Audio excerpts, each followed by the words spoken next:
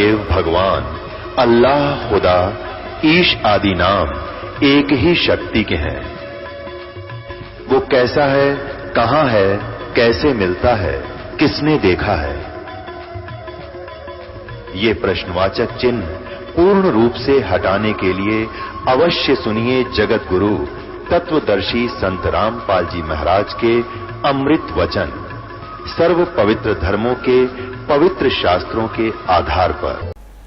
कहते हैं जैसे ताखड़ी के एक पलड़े में तो सतनाम दर दे, एक सिमण की कमाई मर्यादा में रह कर ली हुई, और दूसरी तरफ 14 लोक चढ़ावे, जैसे शिव का लोक, विष्णु का लोक, ब्रह्मा का लोक, दुर्गा का लोक, धर्मराज का लोक, और भाई जो ऊपर ये 7 खेड़े ब्रह्मलोक के अंदर और कई भी भाग बना रखे हैं इसने। ये कहते हैं नीचे का तल वतल ततल ये सारे दर दे, और 3 लोक, ये पृथ्वी लोक और पाताल लोक और स्वर्ग लोक, इन तीनों को तो पासंग रख दे। अब पासंग वर्तमान के, क्योंकि जो ग्रंथ साहिब लिखा गया ये गरीबदास साहिब जी ने अपनी वाणी में लिखा, अमृत वचन वही हैं जो गॉड गिवन है, लैंग्वेज अपनी बोल बता दी ताकि वहाँ के लोग आसानी से समझ सकें। इसलिए पासंग उसको कहते थे। हमारा दास का जन्म एक किसान परिवार में हुआ, तो हमारे यहाँ कोई गेहूँ बाजरा ज्वार लेने के लिए आते थे व्यापारी लोग, तो उनको हमारे पिताजी कहते थे भाई पहले तू अपनी तराजू चेक करा, एररलेस तो या कैसी है, कोई इसमें डांडी तो नहीं मार रहा, तो डांडी माने उसमें गड़बड़ तो नहीं है कोई, तो चेक कराते थे। यदि उसमें कोई लगता था टेढ़ा मेढ़ा है वो, तो जो कनक, जैसे गेहूं तोल रहे हैं, गेहूं का सौदा करना ढेर पड़ा है, उसमें से एक मुट्ठी गेहूं लेकर के उस पलड़े में रख देते थे जिसमें एरर होती थी, फिर वह तखड़ी बराबर हो जाती थी, एररलेस हो जाती थी। तो वो इतने की गेहूं जो अलग से डाले वो सौदे में नहीं थे, वो तो पासिंग रखी थी उस तराजू को ठीक करने के लिए। अब विचार करना एक एक बात कितनी वैल्यूएबल है इनकी महापुरुषों की। कहते सतनाम पालड़े रंग होरी हो, एक तरफ सतनाम और दूसरी तरफ 14 लोक चढ़ावे राम रंग होरी हो, 3 लोक पास्यंग धर रंग होरी हो। ये पृथ्वी लोक, स्वर्ग लोक और पाताल लोक। कहते ये तो सौदे में मत गिना इसने तय, ये तो किसी खाते में आम एक छोटा सा सरपंच बन जा, वो धरती तोल दे, चेयरमैन बन जा तो पता नहीं क्या बन जा, एमएलए एमपी मंत्री मुख्यमंत्री बन गए, छोटे से टुकड़े के धरती तोल देते हैं। परमात्मा कहते हैं ये तो 3 लोक भी उस भगत के पास जो धन है, और ये नकली धन जो अस्थायी राजाओं का राज पूरी पृथ्वी पर हो तो छोड़ के जाना एक दिन, और ये ऐसा धन है जो आपके यहाँ भी साथ देगा और सतलोक में जाएगा, आपका कभी खर्च नहीं होगा, ये ऐसा धन है। तो क्या बताया है, सतनाम पालड़े रंग होरी हो, 14 लोक चढ़ाव राम रंग होरी हो, 3 लोक पास्यंग धरे रंग होरी हो, तो ना तुलाया राम रंग होरी हो।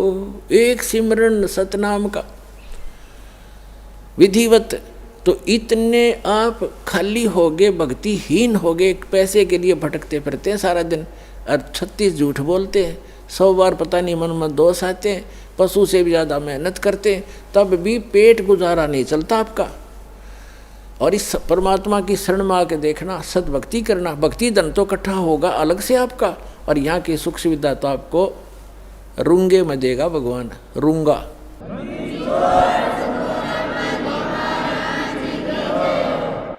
अब रूंगा समझाना पड़ेगा, थोड़ा रूंगा और बताता हूँ।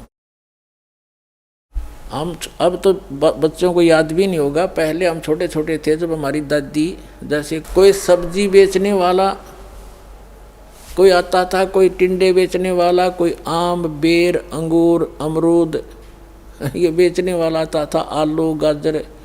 तो वो कैसे सिस्टम था उसमें, यूँ कहा करते गेहूं के 2 बार दूंगा माई, गेहूं एक पलड़े में और दूसरी तरफ जैसे आलू तोलने हैं तो 2 बार उस गेहूं के वजन के तोल देता। फिर हमारी दादी कहा करती भाई रूंगा और दे, वो एक आलू उठा के दे देता, कि ना भाई थोड़ा और दे, वो एक और दे देता, बुढ़िया राजी हो जाती, ये रूंगा मिल गया। यानी वो सौदे से बाहर जो वस्तु है फ्री की। तो परमात्मा कहते हैं जो सुख, जो आपका हमारा जो वास्तविक उद्देश्य है आपका, वो मोक्ष दिलाना, जरा और मरण से छुटवाना, सतलोक भेजना, और जो यहाँ की सुख सुविधा तो आपको रूंगे में देंगे, जिनकी फ्री ऑफ कॉस्ट की कीमतें नहीं होती इसकी, ये तो ऐसे दी जाएगी आपको।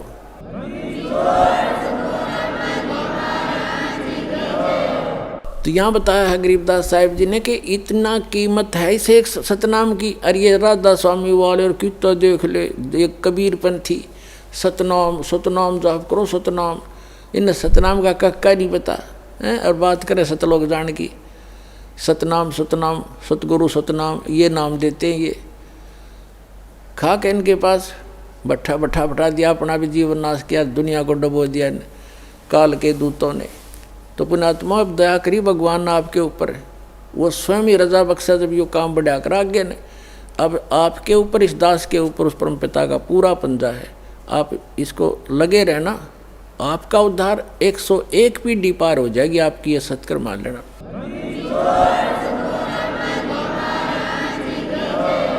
कबीर साहब कहते हैं भक्ति बीज होए जो हंसा, तारों ताश के 71 वंशा।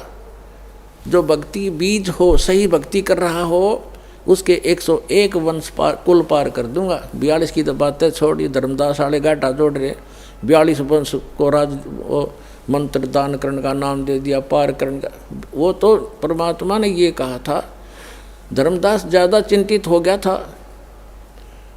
एक नारायण दास को पहचान कर, जो उसका इकलौता पुत्र था, वो काल का दूत था, भगवान ने उसको दृश्य उसके अंदर की सती थी दिखाती थी। इतना चिंतित हो गया वो धर्मदास वैश्य सेठ, हे भगवान अब मेरा क्या होगा, हे भगवान मेरे तो काल के दूत पैदा हो गया, अब मेरा कैसे वंश चलेगा। तो परमात्मा ने कहा था कबीर जी ने कि मैं अपने कोटे से तुझे एक बालक दूंगा, उससे तेरे 42 वंश चलेंगे। फिर ये नहीं कहा था कि उन 42 वंश से जो नाम लेगा वे पार होगा, नहीं, उनको तो नाम मना दिया। परमात्मा ने कहा है कबीर वाणी चैप्टर में 136 पृष्ठ है कबीर वाणी चैप्टर का, कबीर साहब के कबीर सागर में, कि धर्मदास मेरी लाख दुहाई, ये सार नाम की दिबा सत मूल ज्ञान और मूल नाम, ये मूल नाम है, सार नाम है। मूल ज्ञान में सतनाम सार नाम सार आ जाता है, और सार नाम तक कहा था कभी जिक्र भी ना करती। तो और कब तक छुपाना है, कहते हैं मूल ज्ञान तब तक छुपाई जब तक 12 पंथ मिट जाए। और तब तक एक पंथ भी ना चला था। जब धर्मदास जी आए थे तो उन्होंने ये छुपा के रखा था। और फिर भी धर्मदास जी के ये मन में थोड़ा बहुत दोष पैदा हुआ था कि मेरे बच्चों का क्या होगा। तो परमात्मा ने कहा था कि धर्मदास जब 5500 वर्ष का कलयुग बीत जाएगा तब मैं फिर आऊँगा, और 12वां पंथ जो होगा उसमें आगे जाकर मेरी एक ब्रांच होगी, उसमें उसी में मैं फिर आऊँगा। तेरे जो सतनाम को ग्रहण करेंगे, सच्चे नाम को, सार नाम को, तेरे 42 वंश छोड़ सारा विश्व पार करूँगा उस समय। तो सब धर्मदास का दिल टिक गया था।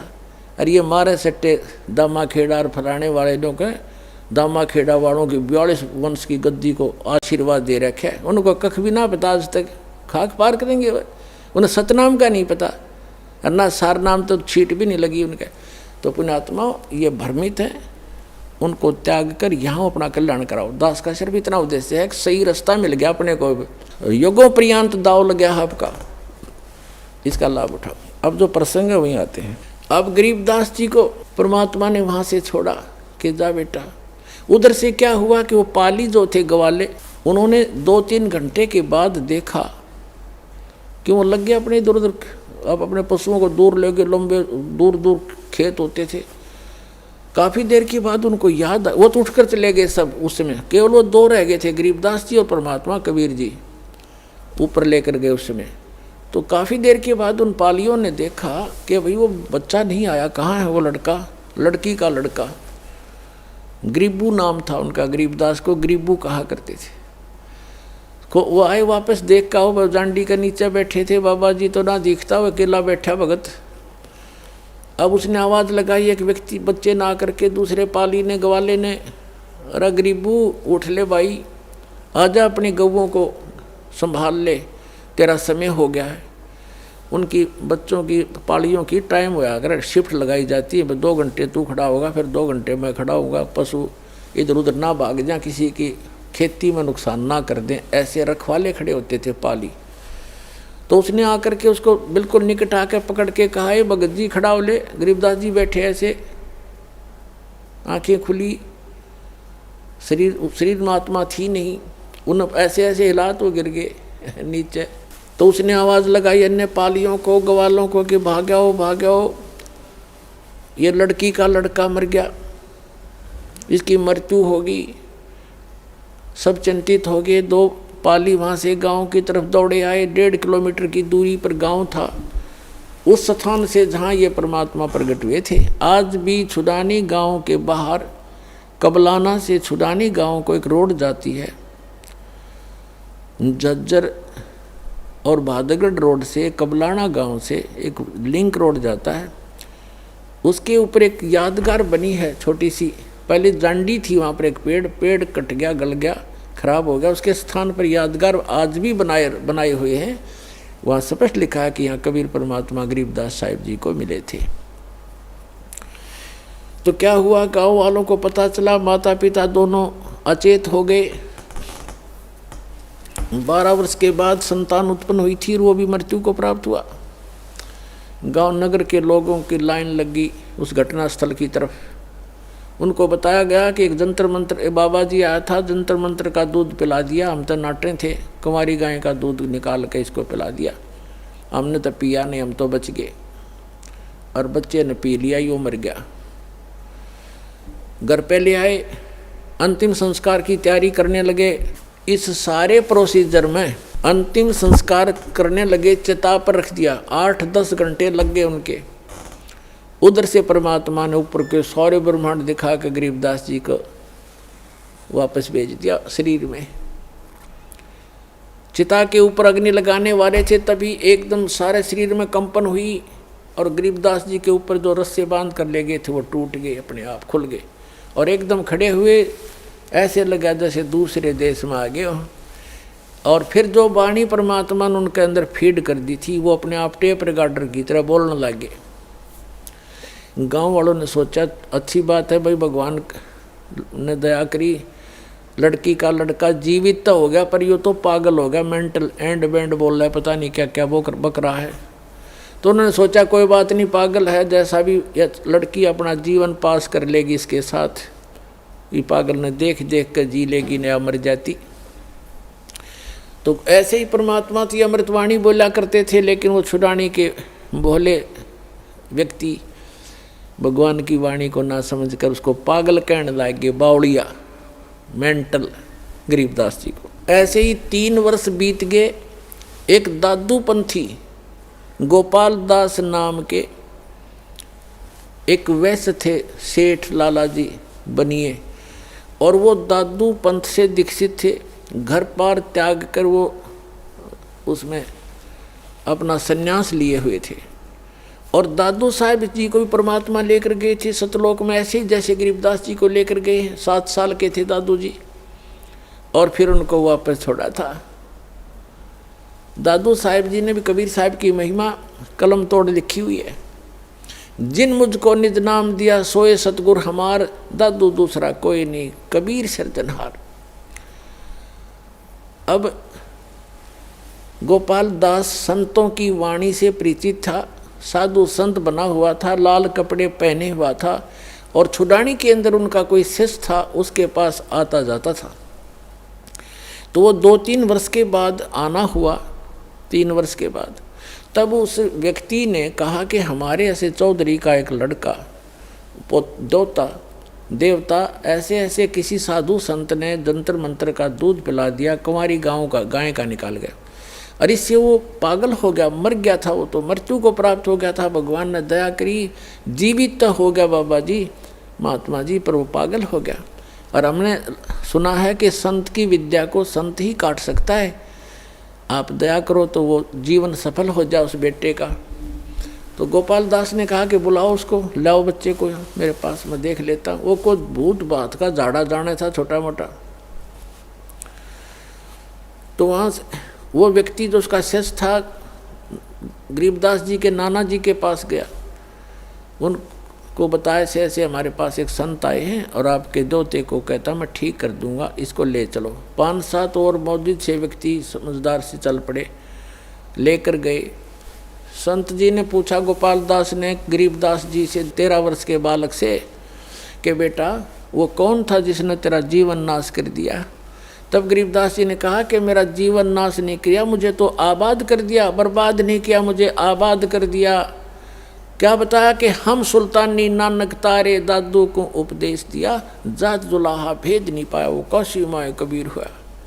अब यह वाणी जब गरीबदास जी ने बोली, गोपाल दास के सारा शरीर सिहर गया, उसका आत्मा ने करण करण हुई सारे शरीर में।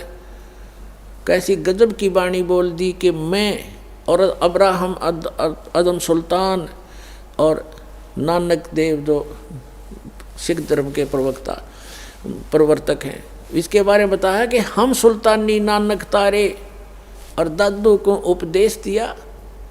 नानक साहिब जी को भी परमात्मा स्वयं आकर के बेई नदी से लेकर गए थे, फिर उनको तीसरे दिन वापस छोड़ा था। तो इसी प्रकार बताया कि हम सुल्तानी नानक तारे दादू को उपदेश दिया। तो आपके दादू जी को भी वही कबीर साहब मिले थे, सतलोक लेकर गए थे, वापस छोड़ा था। और जात जुलाहा भेद नहीं पाया, वो काशी माए कबीर हुआ। अब फिर क्या कहा कि अनंत कोट ब्रह्मांड का एक रति निभार और सतगुरु पुरुष कबीर हैं, ये कुल के सिरजनहार। अपने आत्माओं वो 65 साल का बूढ़ा वृद्ध गोपाल दास और 13 वर्ष के बालक के आगे हाथ जोड़ कर खड़ा हो गया और कहने लगा महाराज जी ये अमृतवाणी लिखवा दो, लिपिबद्ध करा दो, ये तो आने वाले समय में कलयुग के जीवों का उद्धार करेगी। आप तो आंखों देखी, आप तो भगवान को मिलकर आए हो। अब गरीबदास जी चल पड़े, 13 वर्ष के बालक और पीछे पीछे 65 साल का वृद्ध महात्मा करबद्ध होकर कहा महाराज अर्ज करता हूँ दया करो। अब गांव वाले ने सोचा भाई इस बच्चे में तो को बड़ी ये बला बढ़ रही है, बाबा जी का भी असर हो गया, इसके पीछे पीछे हो लिया। अब उन्होंने सोचा इस बच्चे में कोई भयंकर भूत प्रेत है जिसका असर बाबा जी का भी हो गया, संत का।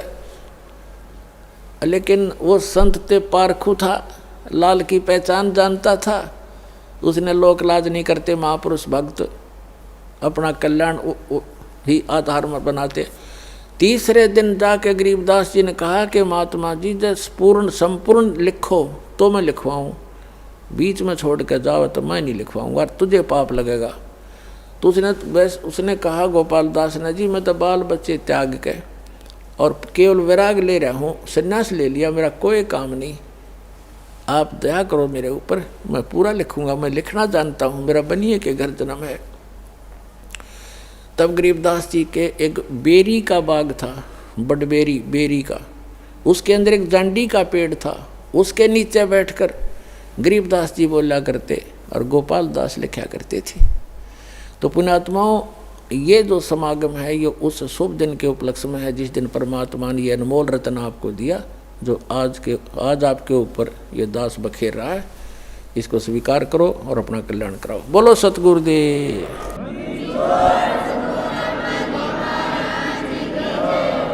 सतगुरुदेव की जय। सर्वसंगत से प्रार्थना है, सत्संग प्रारंभ हो रहा है। कृपया सत्संग स्थल पर शांतिपूर्वक विराजमान होकर के श्रद्धा से सत्संग सुने। परमेश्वर की प्यारी आत्माओं से पुनर्निवेदन है, सत्संग प्रारंभ हो रहा है। कृपया सत्संग स्थल पर शांतिपूर्वक विराजमान होकर के श्रद्धा से सत्संग सुने। सत साहिब सतगुरुदेव की जय। बंदी छोड़ कबीर परमेश्वर जी की जय। बंदी छोड़ गरीबदास जी महाराज जी की जय। स्वामी राम देवानंद जी गुरु महाराज जी की जय हो।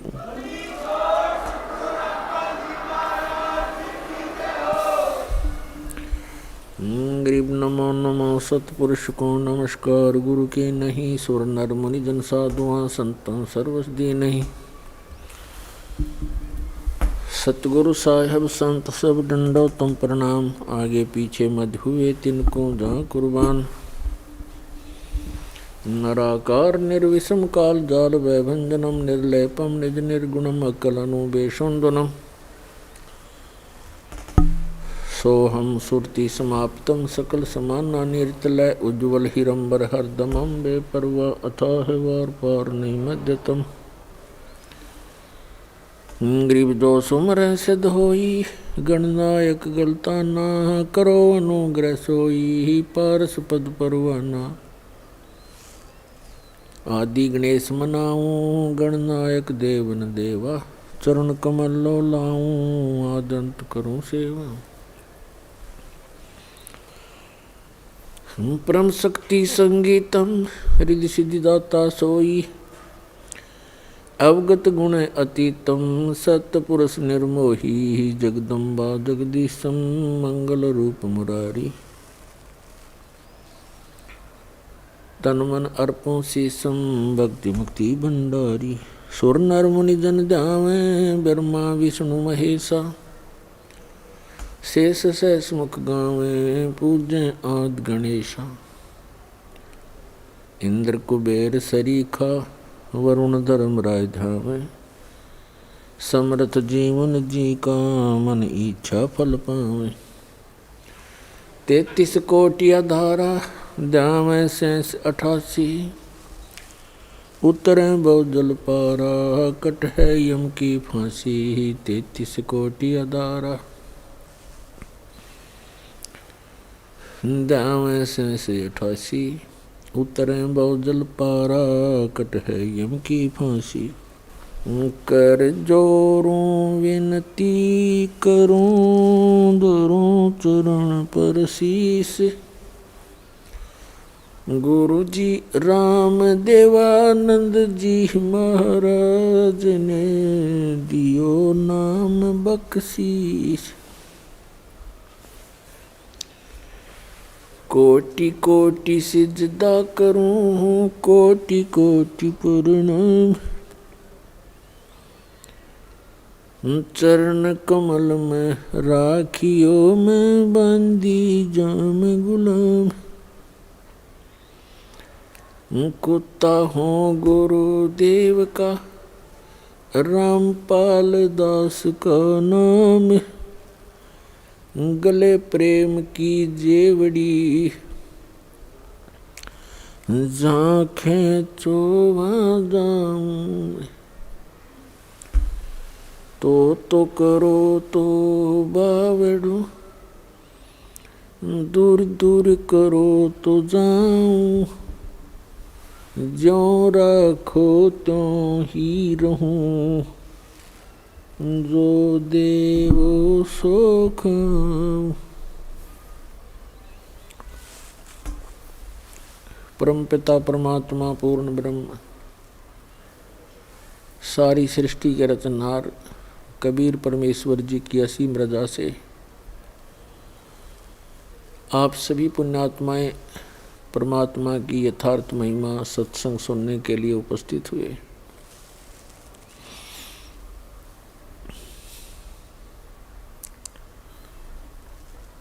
सत्संग के अंदर आने से पुण्यात्माओं को भक्त आत्माओं को मनुष्य जीवन के उद्देश्य का ज्ञान होता है। जब तक हम सत्संग नहीं प्राप्त करते, सत्संग नहीं सुनते, तो हम अपने दैनिक कार्यों को जो हम कर रहे होते हैं उन्हीं को अंतिम मान बैठते हैं। और सत्संग के अंदर परमात्मा की महिमा बताई जाती है, मनुष्य जीवन के मूल कर्तव्य को याद दिलाया जाता है। पुण्यात्माओं, आज का जो सत्संग समागम प्रारंभ हुआ है ये एक विशेष महत्वपूर्ण दिवस है। फाल्गुन उतरते की द्वादशी, इस दिन परमात्मा स्वयं आकर के अपनी प्यारी आत्मा आदरणीय गरीबदास साहिब जी गांव छुड़ाने जिला झज्जर हरियाणा वाले को मिले थे। आदरणीय गरीबदास साहिब जी ने परमात्मा से परिचित होकर के सतलोक को आँखों देखा, भगवान को, परमात्मा को, अल्लाह गॉड को अपनी आँखों देखा और जहाँ वो परमात्मा रहता है उस स्थान को देखा। और पुण्यात्माओं, एक आश्चर्य की बात है, आज तक के इन महापुरुषों को छोड़कर जिनको भगवान स्वयं परमात्मा आकर मिले, सचखंड लेकर गए, सतलोक लेकर गए और फिर वापस पृथ्वी पर अपने गवाह बनाकर, साक्षी बनाकर छोड़ा, उनके अतिरिक्त सभी ने परमात्मा को निराकार बताया है, बॉडीलेस बताया है, उसका कोई काया नहीं है। पुण्यात्माओं, जिन महापुरुषों ने परमात्मा को देखा और उन्होंने परमात्मा की सारी महिमा आँखों देखी, बताई, और हम इन नकली गुरुओं के द्वारा इतने भ्रमित कर दिए गए। भगवान की महिमा उन महापुरुषों ने हमें बताने की, समझाने की चेष्टा की, वो हमारे गले उतरी नहीं। अब जैसे आदरणीय गरीबदास साहिब जी ने कहा कि अनंत कोटि ब्रह्मांड का एक रति नहीं बाहर, और सतगुरु पुरुष कबीर हैं ये कुल के सिरजनहार। कौन कबीर? वो भी क्लियर किया, हम सुल्तानी नानक तारे दादू को उपदेश दिया, जात जुलाहा भेद न पाया वो काशी महे कबीर हुआ।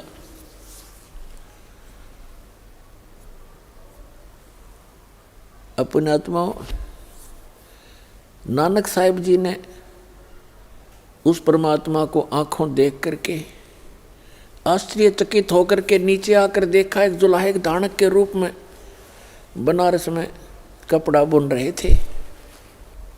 जब आकर के देखा तब कहा था, फाई सूरत मुल्क की वेश, ए ठगवाड़ा ठगी देश, खरा सियाणा बहुता बार ये धानक रूप रहा करतार। लोगो यो धानक रूप रहा करतार, नीच जात परदेसी मेरा, छिन आवे तिल जावे, ताकि संगत नानक रंदा क्यों कर मोंडा पावे। प्रश्न नंबर 24 पे लिखा है, फाई सूरत मुल्क की वेश, गुरु ग्रंथ साहिब के अंदर, फाई सूरत मुल्क की वेश, ए ठगवाड़ा ठगी देश, खरा सियाणा बहुता बार ये धानक रूप रहा करतार। प्रश्न नंबर 721 पर, एक अर्ज गुप्तम पेश तोदर कौन करतार, हक्का कबीर करीम तुम बे ऐब परवरदिगार। पन्ना नंबर प्रश्न नंबर 731 पर लिखा कि नीच जात परदेसी मेरा, छिन आवे तिल जावे, और ताकि संगत नानक रहंदा क्यों कर मोंडा पावे।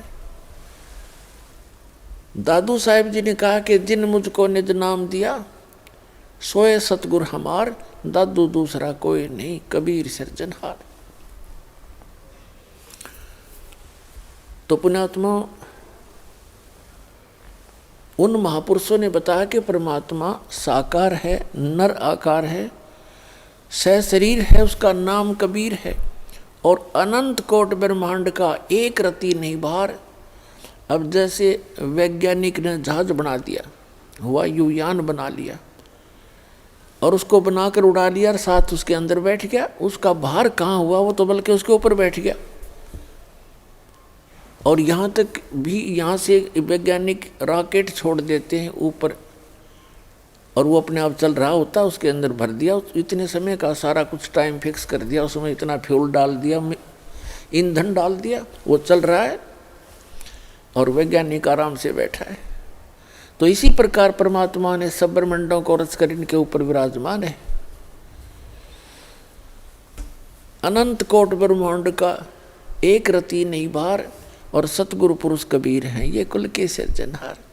तो पुण्यात्मा, परमेश्वर कबीर जी की महिमा को गरीबदास साहिब जी ने आंखों देखा, परमात्मा से प्राप्त सारे ज्ञान के आधार से फिर ये ज्ञान बताया आप जी को, हम सबको। क्या बताया कि झांकी वे कबीर की, नानक कीती वाह, और वह सिखा के गल पड़ी कौन छुटावे था। कि बेई नदी से स्वयं सतपुरुष अकाल मूर्त वो कबीर भगवान, कबीर हक्का कबीर जिंदा महात्मा के रूप में आकर नानक साहिब जी को मिले थे, और उन्होंने नहाने के लिए डुबकी लगाई थी, वो अंतर ध्यान कर दिए। उनके शरीर को कहीं बाहर रख दिया, अब स्ट्रीम में ऊपर की तरफ जिधर से जल आ रहा था उधर किसी का ध्यान नहीं गया कि इधर कैसे जा सकता। तो वहाँ के उपस्थित व्यक्तियों ने मान लिया था नानक जी डूब गए दरिया में। वो खोद रहे थे डाउन स्ट्रीम में, और उनका शरीर रखा था अप स्ट्रीम में कहीं दूर जंगल में। वहाँ सुरक्षित छोड़कर परमात्मा पहुँच ले गए उनकी आत्मा को, प्यारी आत्मा को सचखंड दिखाया। और वहाँ फिर देखा अनंत कोट ब्रह्मांड के सिंहासन पर वही जिंदा वाला महात्मा वाला रूप तेजों में शरीर वहाँ विराजमान हुआ। फिर उनको बताया कि मैं बनारस के अंदर काशी में कबीर नाम से एक जुलाहे का काम करता हूँ, और वहाँ आना प्यारी आत्मा तुम्हें सत्यनाम दूंगा। फिर जब वापस नानक साहिब जी तीसरे दिन शरीर में आए, उठकर चल पड़े। पहली उदासी उन्होंने बनारस की और वहाँ सभी व्यक्तियों से, जितने भी संत महात्मा वेल नोन थे, उनसे प्रश्न करते हुए जा रहे थे कि ब्रह्मा विष्णु महेश के माता पिता कौन है, क्योंकि परमात्मा ने उनको सारा ज्ञान समझा दिया था, सृष्टि रचना तक का ज्ञान खूब दे दिया था। कोई भी इस जवाब प्रश्न का उत्तर नहीं दे पा रहे थे। रामानंद जी के पास पहुँचे वेल नोन सुप्रसिद्ध एक महर्षि कहलाया करते थे ब्राह्मण, उनसे भी यही प्रश्न किया। तब उन्होंने बताया कि खुद परमात्मा आए हैं इस पृथ्वी पर, और रामानंद जी को भी परमात्मा ऐसे लेकर गए थे सचखंड में, और फिर उनको वापस छोड़ा था। तब रामानंद जी ने भी, स्वामी रामानंद जी ने यही कहा था कि दो ठोर है एक तू भया एक से दो, गरीबदास हम कारणे तुम आए हो मग्नो। तब उन्होंने बताया कि वो परमात्मा स्वयं यहाँ आए हुए हैं और एक जुलाहे के रूप में, धानक के रूप में लीला कर रहे हैं। उनको पहचानना हास्य खेल नहीं है, आम बात, आम व्यक्ति नहीं पहचान सकता उनको, वो स्वयं परमात्मा है। अब नानक साहिब जी जब पहुँचे झोंपड़ी में जहाँ परमात्मा लीला कर रहे थे एक जुलाहे की, तब उन्होंने कहा था कि फाई सूरत मुल्क की वेश, ए ठगवाड़ा ठगी देश, खरा सियाना बहुता बार लोगो, धानक रूप रहा करतार, धानक रूप रहा करतार। ये बैठा भगवान और नीच जात परदेसी मेरा, छिनावे तल जावे ताकि संगत नानक रहंदा क्यों कर मुंडा पावे। तब गरीबदास साहिब जी ने कहा कि झांकी वे कबीर की नानक की तीवा, और वह सिखा के गल पड़ी कौन छुटावे था। गरीबदास साहिब जी ने बताया है कि नानक साहिब जी को जब सचखंड में लेकर गए जिंदा महात्मा के रूप में परमात्मा कबीर जी, तो वहाँ जब अनंत कोट ब्रह्मांड के सिंहासन पर वही जिंदा वाला रूप विराजमान हुआ, उनका शरीर इतना तेजों में हो गया, एक रोमकूप में करोड़ सूर्य मिला दे करोड़ चंद्रमा, इतना वो रोशनी भी फीकी रहे।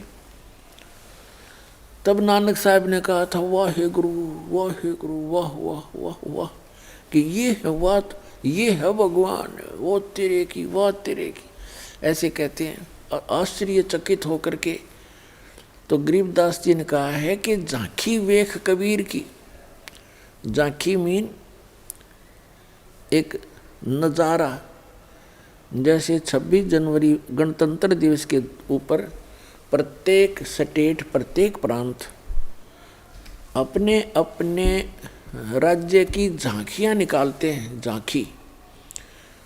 और वो झांकियों में क्या होता है, उन जो भी जिस स्टेट के अंदर, जिस प्रांत के अंदर जो भी, जैसे कोई अच्छा डैम है या कोई अच्छा ऐतिहासिक स्थल है, उसका एक बनाते हैं मॉडल और अपना उसमें दिखाते हैं। उसको झांकी बोलते हैं कि हरियाणा प्रांत की झांकी, ये पंजाब प्रांत की झांकी, झांकी। तो यहाँ गरीबदास जी ने कहा कि झांकी वे कबीर की, सतलोक की, नानक की तीवा। अब उन्होंने तो बड़े खुश होकर वाह वाह, वो तो मदहोश हो गए थे मालिक ने देख के, वाह वाह वाहिगुरु वाहिगुरु वाह वाह वाह वाह, ऐसे करने लगे। अब वो वास्तविक मंत्र तो कुछ और जाप करते थे, लेकिन वो एक ऐसी हृदय में बात समा गई थी उनके, काफी दिनों तक वाह वाह करते रहे, वाह वाह तेरे की, वाह तेरे। तो गरीबदास जी कहते हैं इन सिखों ने वाह पकड़ दी वाहिगुरु, और ओरिजिनल मंत्र जो वो खुद जाप करते थे वो मंत्र 2 अक्षर का सतनाम है, और उससे मोक्ष होगा। तो कहने का भाव ये है कि पुण्यात्माओं, गरीबदास साहिब जी ने बिल्कुल निर्णायक ज्ञान दे दिया, बिल्कुल सब कंसेप्ट क्लियर कर दिए। तो उन्होंने क्या बताया है कि परमात्मा कबीर भगवान जो हैं ये परमेश्वर हैं, पूर्ण ब्रह्म हैं, और उन्होंने परमात्मा कबीर जी की महिमा सुनाई है। तो पुण्यात्माओं, आज का वो शुभ दिन, वो समागम है, उस शुभ दिन के अवसर पर जो आज प्रारंभ हुआ है, इस दिन परमात्मा आकर मिले थे और एक अनमोल रतन अपनी प्यारी आत्मा गरीबदास जी को दे करके उनको वापस संसार में छोड़ा था, अपना साक्षी बनाया था। उसके बाद गरीबदास साहिब जी ने उस परमात्मा से प्राप्त ज्ञान को, उनकी महिमा को अपने शब्दों में किस प्रकार सुनाया है। अब क्या बताते हैं कि तत् कैन को राम है दूजा ना देवा, और ब्रह्मा विष्णु महेश से जाकी करते हैं सेवा। जब तब तीर्थ थोथरे जाकी क्या आशा, और कोट यज्ञ पुनदान से जम कटे नहीं फांसा। यहाँ देन वहाँ लेन है, यो बेटे नहीं झगड़ा, वो बिना पंथ की बाट है पावे को दगरा। जब तब तीर्थ थोथरे जाकी क्या आशा, कि ये जब अन्य नामों के एक सतनाम को छोड़कर उसका जप तप करते रहो, उससे कोई लाभ नहीं, और केवल पुण्य दान भी करते रहोगे तो उससे भी आपको अपना किया कर्म मिलता रहेगा, लेकिन जन्म और मरण की या फांसी गले में लटकती ही रहेगी।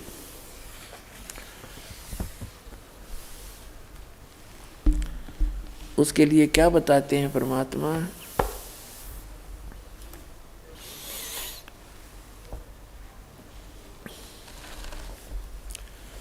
मन तू चल रे सुख के सागर, जहाँ शब्द सिंधु रत्नागर। गरीबदास साहिब जी ने बताया है कि ए मन,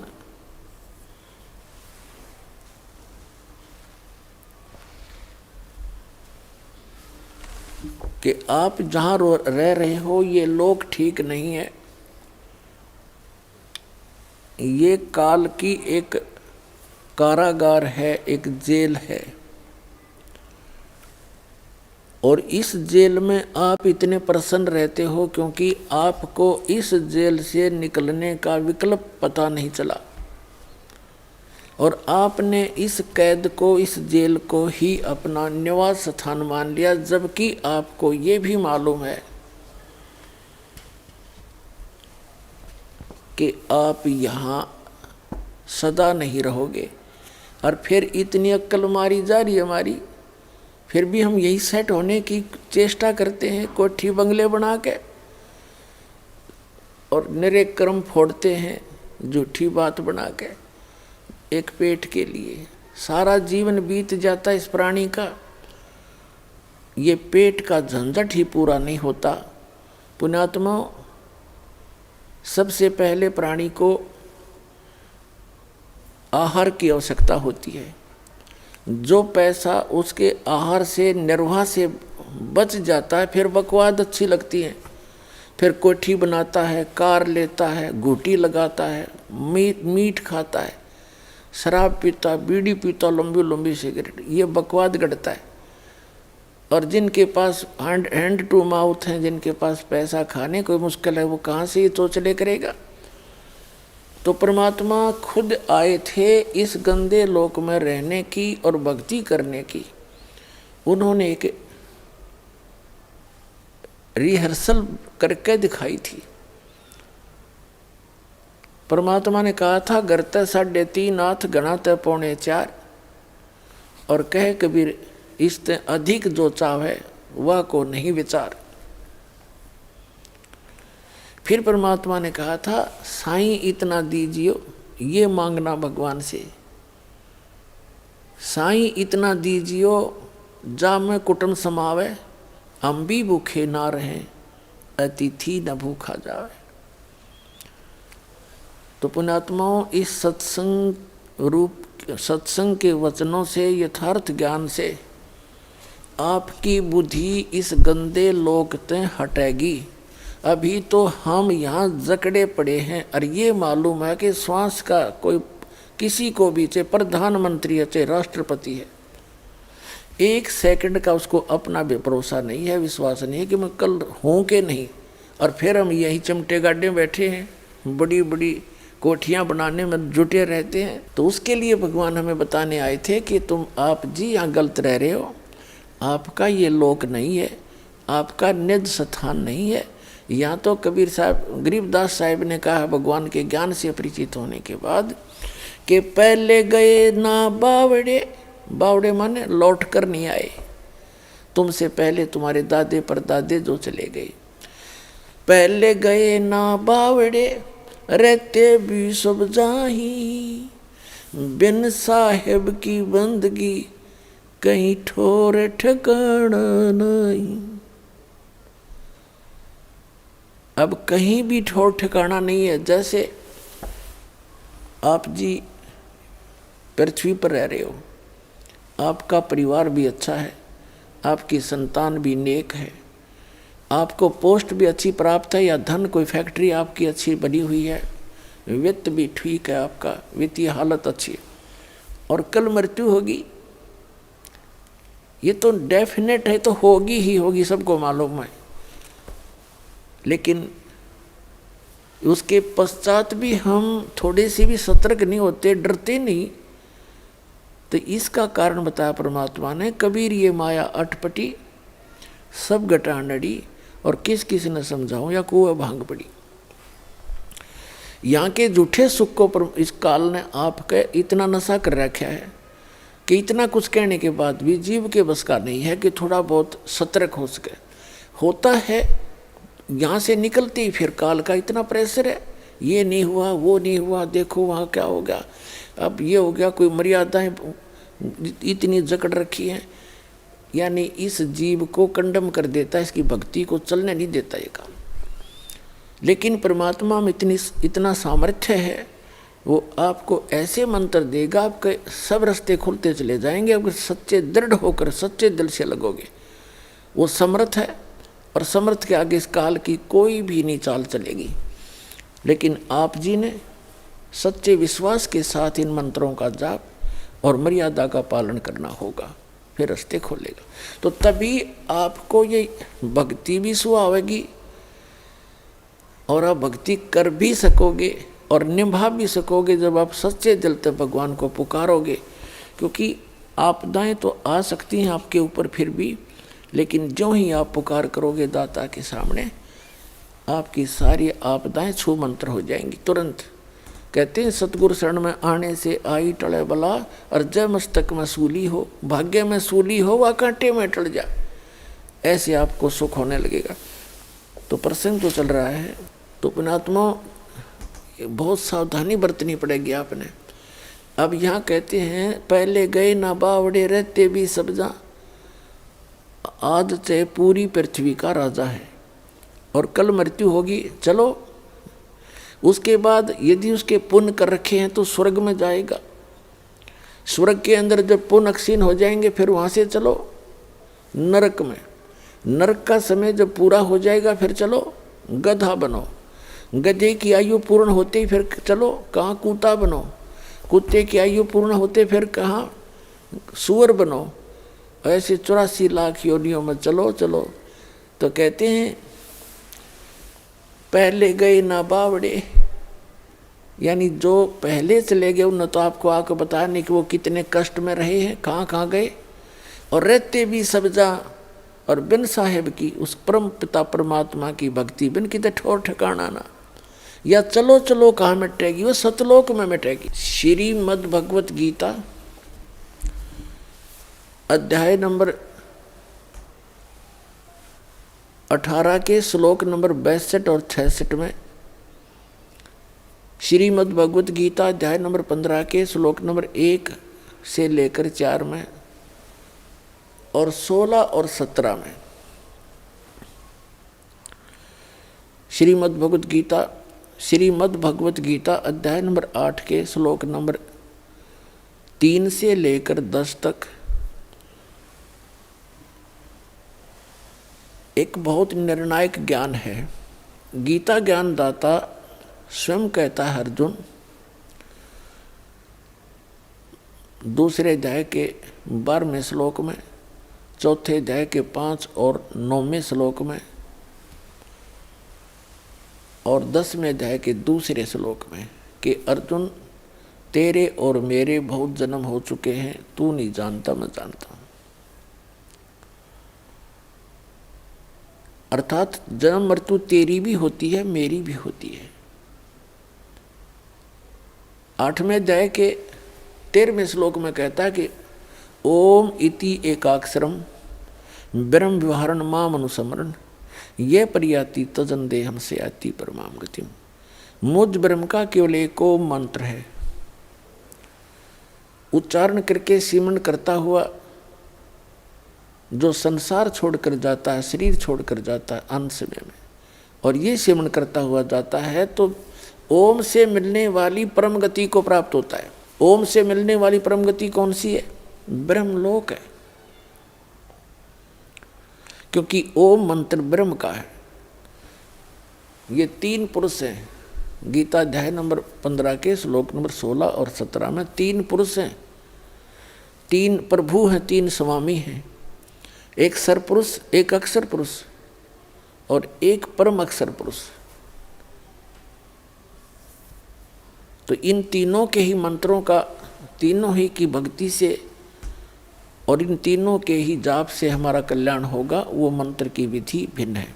तो इसमें क्या बताया है कि सरपुरुष जो है ये ब्रह्म है, अक्षर पुरुष वो परब्रह्म है, सरपुरुष ये ब्रह्म है जो गीता का ज्ञान श्री कृष्ण जी में प्रवेश करके बोल रहा है। ये 21 ब्रह्मांड का स्वामी है। 21 ब्रह्मांड,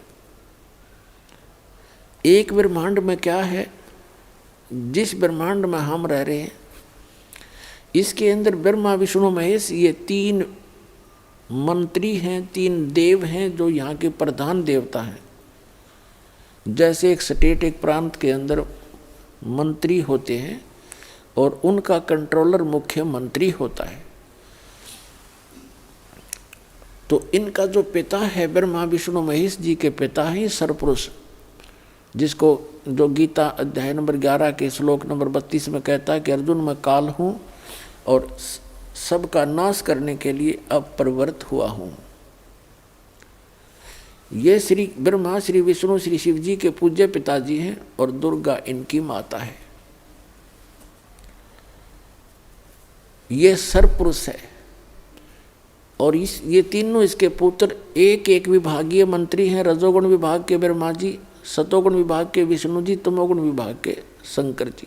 और एक ब्रह्मांड के अंदर क्या है कि 14 लोक और 3 लोक ये अलग से, और ब्रह्मा विष्णु महेश 33 करोड़ देवता, 88,000 ऋषि, और ये 14 लोक, ब्रह्मलोक आदि आदि।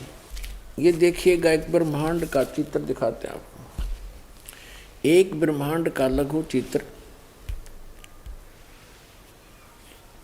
अब यहाँ दिखाते हैं आपको। एक ब्रह्मांड के अंदर ये सामग्री है,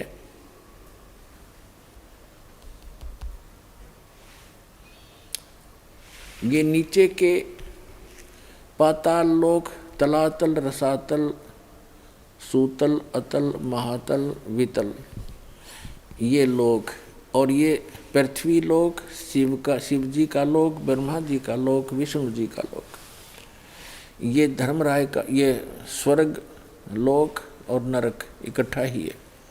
ये इंद्र का लोक, ये धर्मराय का लोक जो न्यायाधीश है उसका लोक, एक मानसरोवर है, ये है ब्रह्मलोक, ये ब्रह्मलोक है, इतना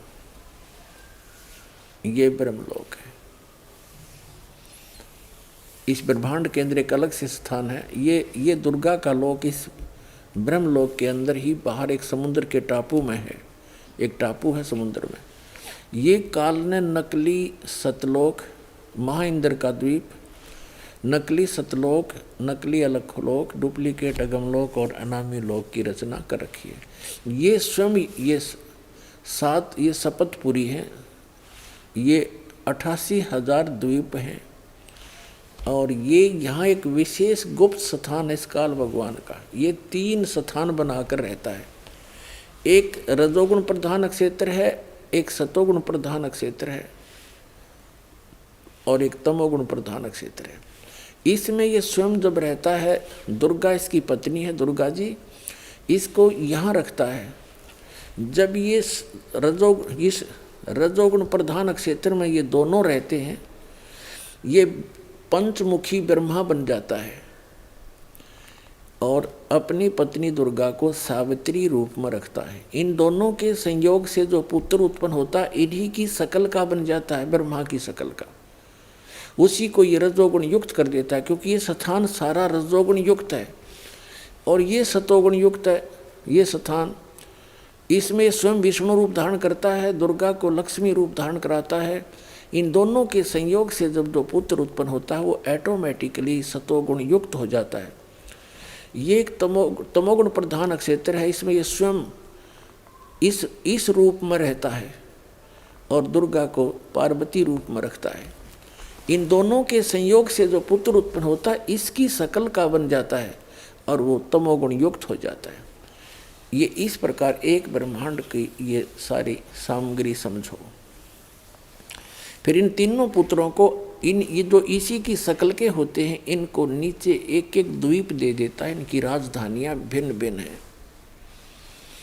यहाँ अपनी राजधानियों से केवल ये इन 3 लोकों के प्राणियों, पाताल लोक, पृथ्वी लोक और ये कोमन स्वर्ग लोक, इन 3 लोक के प्राणियों को ये इनको कंट्रोल करते हैं। जन्म, मृत्यु और स्वर्ग तही की ये यहाँ इनको व्यवस्थित रखते हैं इनके कर्माधार पर। अपनात्मा रजोगुण क्षेत्र, तमोगुण क्षेत्र और सतोगुण प्रधान क्षेत्र कैसे होते हैं? जैसे किसी मकान के अंदर, किसी महल में, किसी घर में 3 कक्ष हों। एक कक्ष में, एक कमरे में अश्लील चित्र लगे हों बेहुदे, तो उसमें जो व्यक्ति भी जाएगा उसकी वैसी ही वृत्ति, वैसे ही विचार और वैसी ही भावना उसकी बनी रहेगी जब तक उस कक्ष में और उन चित्रों पर उसकी नज़र रहेगी। उसमें एक विशेष गुण उत्पन्न रहेगा, उसके बस की बात नहीं। और दूसरे कक्ष में लगा रखी हैं साधु संत फकीरों की, महात्माओं की चित्र, तो वहाँ जाने के बाद उस व्यक्ति का, उन महापुरुषों के चेहरों को देखकर उनकी महिमा को याद कर करके उसका एकदम शांत सा रूप हो जाएगा, आत्मा शांत हो जाती है। और तीसरे कक्ष में हो जैसे सूरवीर और शहीदों के, देशभक्तों के चित्र, तो वहाँ जाकर अपने आप उसके मन की वृत्ति वैसे ही बन जाएगी, उसी प्रकार उसके अंदर जोश पैदा हो जाएगा। तो ऐसे इस काल भगवान ने इस ऊपर के स्थान पर ये 3 स्थान बना रखे। जब ये वहाँ दोनों रहते हैं, जैसे रजोगुण प्रधान क्षेत्र में रहते हैं, तो इसका ऑटोमेटिक उन चित्रों को, वहाँ की दृश्यों को देख देख कर इतना इसके अंदर वो रजोगुण प्रधान रहता, प्रभावित रहता है और उस दौरान जो पुत्र की उत्पत्ति होती है उसके अंदर वो गुण ऑटोमेटिकली आ जाते हैं। जैसे एक लड़के का, एक व्यक्ति चोर था और उसका लड़का हो गया 8-9 वर्ष का, चोरी करने लग गया। उसकी दादी जी ने नाम ले रखा और सत्संग कर रहे, वहीं से उसने 10-20 रुपये निकाल लिए। तो वहाँ के व्यक्तियों को पता था कि ये लड़का यह गलती कर सकता है। उसको पूछा ताछी करी, उसने उसके पास वो पैसे पा गए। तो उसे समझाया, बेटा तू ऐसी गलती क्यों करता है, आपने नाम भी ले रखा अपनी दादी जी के साथ में। तो वो कहता जी मेरे बस की बात नहीं, अपने आप मेरे अंदर पता नहीं कैसी प्रेरणा होती है, निकाल लूँ, ये उठा लूँ, वो छुपा लूँ। तो वो उस चोर के गुण उसमें आगे बेटे में। तो इसी प्रकार इस काल भगवान ने 3 स्थान बना रखे। एक बार फिर देखिएगा, अब समझ में आएंगे आपके। ये स्थान है ब्रह्मांड का सबसे ऊपर का स्थान है। ये ब्रह्मलोक में भी सबसे ऊपर है, ब्रह्मांड का भी ऊपर है ये। तो ये जो ये स्थान है ये रजोगुण प्रधान क्षेत्र है। ये देखने में थोड़ा स्थान बनाना पड़ता है, लेकिन ये हजारों लाखों किलोमीटर तक का है। अक्सर बड़े बड़े बाग बगीचे, बड़ी ऐसे वहाँ की स्थिति है। तो ये स्वयं ब्रह्मा रूप बना लेता है ऐसा ये काल भगवान, और दुर्गा को सावित्री रूप में रखता है। इन दोनों के संयोग से जो पुत्र उत्पन्न होता है वो ऑटोमेटिकली रजोगुण युक्त होता है, इसी के ऐसे ही स्वरूप बन जाता है और ऐसे ही चतुर्मुखी हो जाता है, पंचमुखी। और फिर दूसरा सतोगुण प्रधान क्षेत्र है, इसमें स्वयं विष्णु रूप धारण करके रहता है, दुर्गा को लक्ष्मी रूप में रखता है। इसको महालक्ष्मी भी कहते हैं अज्ञानता के कारण। तो इस स्थान पर इन दोनों का जैसा भी स्वभाव रहेगा वैसा ही पुत्र का स्वभाव बनेगा, वो सतोगुण युक्त हो जाता है। और तीसरा ये तमोगुण युक्त है स्थान है, यहाँ पर स्वयं ये ऐसे रूप में रहता है ये काल भगवान, और पार्वती को गिरजा रूप में रखता है, उमा रूप में रखता है, पार्वती रूप में रखता है। इन दोनों के संयोग से जो पुत्र उत्पन्न होता है वो ऑटोमेटिकली तमोगुण युक्त हो जाता है। इन तीनों पुत्रों को तीनों स्थानों पर उत्पन्न करके, और ये इन तीनों को तब तक कोमा में रखते हैं, अचेत रखते हैं, जब तक ये युवा ना हो जाए। और इस काल भगवान ने प्रतिज्ञा कर रखी है कि मैं कभी भी किसी को अपने वास्तविक काल रूप में दर्शन नहीं दूंगा, ये मेरा अटल घटिया विधान है। इसलिए ये किसी भी साधक को जब साधना करते हैं ये ऋषि महर्षि, तो किसी को ब्रह्मा के रूप